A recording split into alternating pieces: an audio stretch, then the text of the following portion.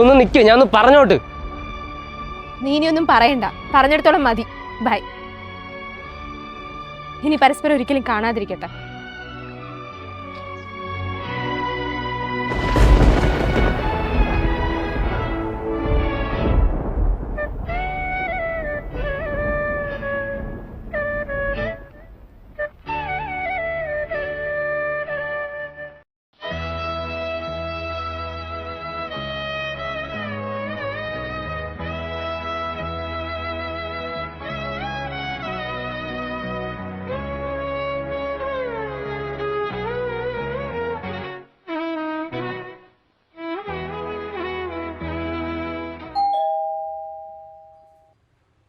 ആ അമ്മ, ഞാനേ അരുണ് പറഞ്ഞിട്ട് വന്നാണേ, ഇവിടുത്തെ വിഷ്ണുവിന്റെ ഫ്രണ്ടാ.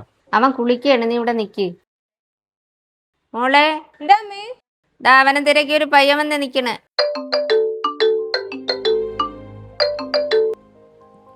പറടാ. ആരാമേത്? അത് അവനെ തിരക്കി വന്നതാണ്. ആ ശരി, ഞാൻ വിളിക്കാവേ. ആ ശരി.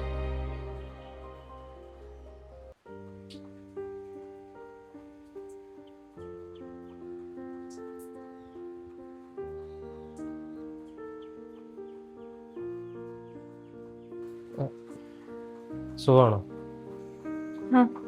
ഞാൻ അറിഞ്ഞുകൊണ്ട് വന്നതല്ല, എനിക്ക് അറിയത്തില്ലായിരുന്നു ഇങ്ങോട്ടാണ് കല്യാണം കഴിച്ച് വന്നതെന്ന്. സോറി.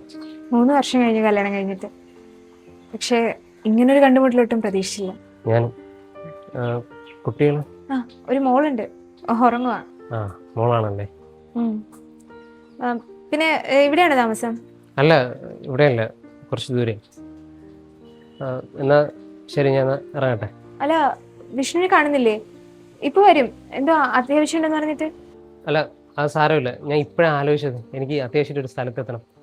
എന്നാ ശരി. മനു, ഒരു മിനിറ്റ്. ഞാൻ സത്യത്തില് വേണ്ട, നീ ഒന്നും പറയണ്ട.